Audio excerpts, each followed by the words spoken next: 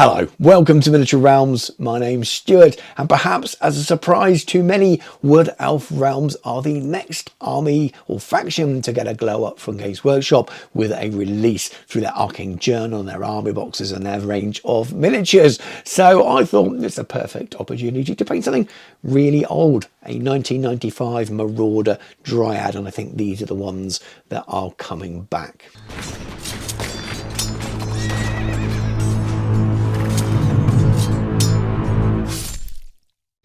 Miniature Realms is proudly sponsored by Counter-Attack Bases. They stock a wide range of counters, gaming aids and movement trays for multiple game systems and offer custom items to suit your club or even your podcast or YouTube channel. Check out the link in the video description. I'm pretty sure many people have been purchasing the Aegis Sigmar branded Dryads and Wood Spirits, even though the Dryads were the ones that were originally made for fantasy anyway. But right from receiving the Forces of Fantasy and seeing that original rulebook, there were no pictures of those in any of the Wood Elf army shots. It was all the old metal treekin and treemen and Dryads. So I think from quite a few months out, we knew that that's what was going to return, and we've seen that with other factions as well. But that's fun, you know, gives me a chance to delve right back to this 4th edition of Warhammer Armies, which I've been reading as part of a review actually on Book Club on the Jordan Sorcery channel. I think that might be out by now, and if it is, I'll pop a link in to that video. I'm not 100% sure, but look out for that soon, because Jordan and I did record that a little while ago. So I bought this little chap on eBay, obviously for a little bit more than he's going to be when he comes back and I'm able to buy him. But I really needed something for the video, and I've already painted a Glade Guard before, and I wanted to have something to put out in this nice little window between when the announcement is made and when things go up for pre-order. So I primed in black, and I'm now doing a Zenithal with my airbrush in white over the top. I'm building it up quite gently here, so it's almost grey to start with, very much top down most of the time, allowing all the dark black to maintain itself in the recesses. I don't want to overdo it, because this is going to be the easiest paint job in the world, especially if I get this first stage right, which is essentially enhancing all the shadows and showing off all of that detail that we've got from this old sculpt. You can see as the intensity of the white builds up a little bit, you can see the shadows underneath. Just about, I know it's a little bit harder on screen because the white does tend to get sort of bleached out with the way that the video processes it. The next stage is dry brushing. I'm going to use some White Star from Two Thin Coats, but use your favourite white. I've got a texture palette here, some dry brushes. Texture palette is from Knott's Hobbies, and this is also their little sponge, which is good for just keeping your dry brushes damp. That's from Knott's Hobbies as well. The brushes themselves aren't Knott's Hobbies ones. They've need replacing. These are some cheap ones I picked up on Amazon, but they all do a very, very similar job. So just making sure the brush has hardly any paint left on it, checking it on my hand. You saw me brushing it on my thumb there just to make sure there wasn't too much paint coming off, so I don't want it to be streaky at all. I really want to build it up. So I'm working sort of top to bottom a lot, circular motions as well, really just trying to catch the detail. To be honest, this miniature is just pure detail. It's wood bark. It's all carved in. I'm guessing it was green stuff already put when it was hand sculpted. It's just packed full of detail, so it absolutely wants to be dry brushed, and that's why this is going to be so easy to paint with glazes.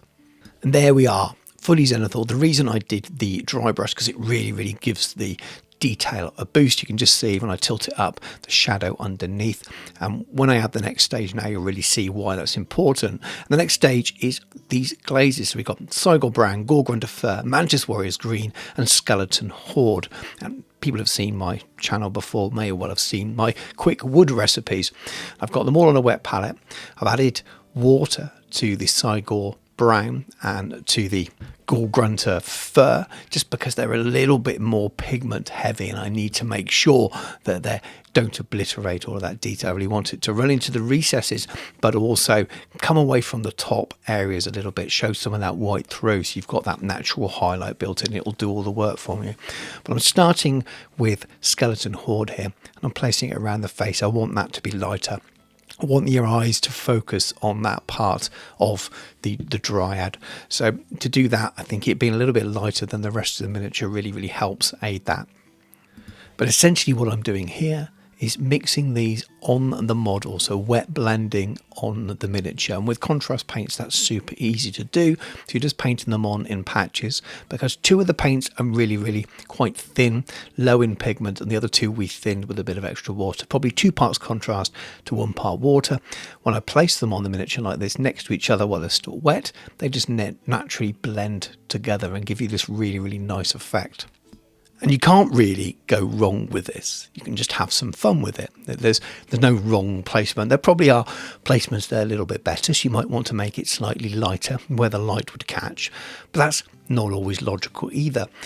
The way this is designed, it looks like it's loads of different planks of wood stuck together. So where you've got it cut, so where you would see inside the tree rather than the outer bark, might be nice to make it a little bit lighter. Use that skeleton horde, for example.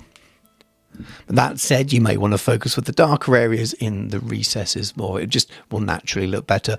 But on the whole, on the larger, flatter areas, you can do what you want. Mix some of that green in with the brown, allow it to blend in, and it just looks really great. One thing I will say is just work in small patches each at a time, and don't always leave the green to place on top of one of the darker colours. Give it its own area and let them blend together. It's surprising how well they do blend in together and look like it's just a variation in tone. But the most important part is just have some fun with it, because it is really easy. And if you don't have an airbrush, you could spray in grey or a darkish grey and dry brush all over it. It's pure slap chop then. Surprising what great results you get if you just think about it a little bit and thin those contrast paints and move them around like this. But there's no skill to this, it's just thinking about where you place the paint. Now we're back to dry brushing, and this is ivory tusk, so more of a bonish colour, and I want to go white here. What I'm doing here is playing with the lighting a little bit. We've got those coats of contrast paint down. That's absolutely fine. You could leave him as he is and finish. But just by lighting where the light would hit the most here, you can see I'm just dragging the brush down on those top areas. We can go back and then glaze again afterwards, and it's like highlighting a little bit and just lifts it slightly. Again, very much optional, but this also takes next to no time at all. And again, we'll add more layers and more depth to it and make your miniature look pretty cool, not like you've just dry brushed it and glazed it. And after that second dry brushing stage, we're going back in with more contrast skeleton horde. I'm just glazing it on here, very thin layers. I'm not pooling it on. I'm not trying to get it to run into the recesses. I'm just trying to get it to tone down, put a filter over just where we've done that extra dry brushing. And it just tones it back in, takes away any chalkiness and gives the impression of highlights. But it's so much quicker than going in with the brush and just individually painting those highlights on with line highlights. There's so much detail on this miniature. It would take ages to do it that way, and there's just no need, because this does the job for you. After this, we've got contrast, orc flesh, and mantis warriors green. We had mantis warriors green for those initial stages. Again, just going around and playing a little bit now. So I put the darker green into the recesses. There's lots of areas that look like they're growths of bush or leaf or something, or moss. It's quite hard to tell. But either way, it breaks up the brown to have some more colour on there. So some of them I'm just going pure orc flesh. Other points I'm doing orc flesh in the recesses and adding more mantis warriors green to those raised areas. It just acts a little bit like a highlight. So it's a mixture of moss, some deep shading and some green rather than brown, just to give it a little bit more variation. I'm not trying to overthink it here. You're just putting it in certain areas. You can even blend it out with a little bit of water and it just stains it slightly. It's not covering up any detail, but just adding more interest to the overall miniature. So going back to white yet again, but this time just to dot in some eyes and give a nice base full yet more contrast colour. So this is the first kind of proper detailed part of painting when you're using the tip of a brush. But after that, we're moving on to contrast. Warp lightning has a bit of a glow to it, this. I'm just putting that in the recesses of the eyes, and because you got the white dot in there, that's a little bit lighter. If you do a thin glaze of it over the top, and it just shows it up nicely afterwards. And now it's time to get the basing done, so we can add those final finishing touches. I'm using some AK Dark Earth basing texture here. I've very recently made a video on the way I approach basing, so I'll pop a link in now because that kind of explains what I'm doing here, some of the common methods that I use. There's a few different sort of things that I use on my bases, but it's all pretty simple as well. So basing textures, some enamels, some tufts, and even some pigment. And you don't have to use all those elements if you don't want to, but you can have really nice looking bases for very simple techniques really. And all of this kit actually goes a long way, so once you purchase it you're able to do a lot of armies, not just a lot of bases, with just single pots of these things. And I think that it really lifts the miniature, and we've spent next to no time painting this miniature. Super simple to follow, and hopefully having some really cool bases as well will really draw the eye to the overall miniature and make it look pretty cool. It's amazing what some tufts placed in the right places, adding some leaves, that kind of thing can really do for the look of a wood elf army.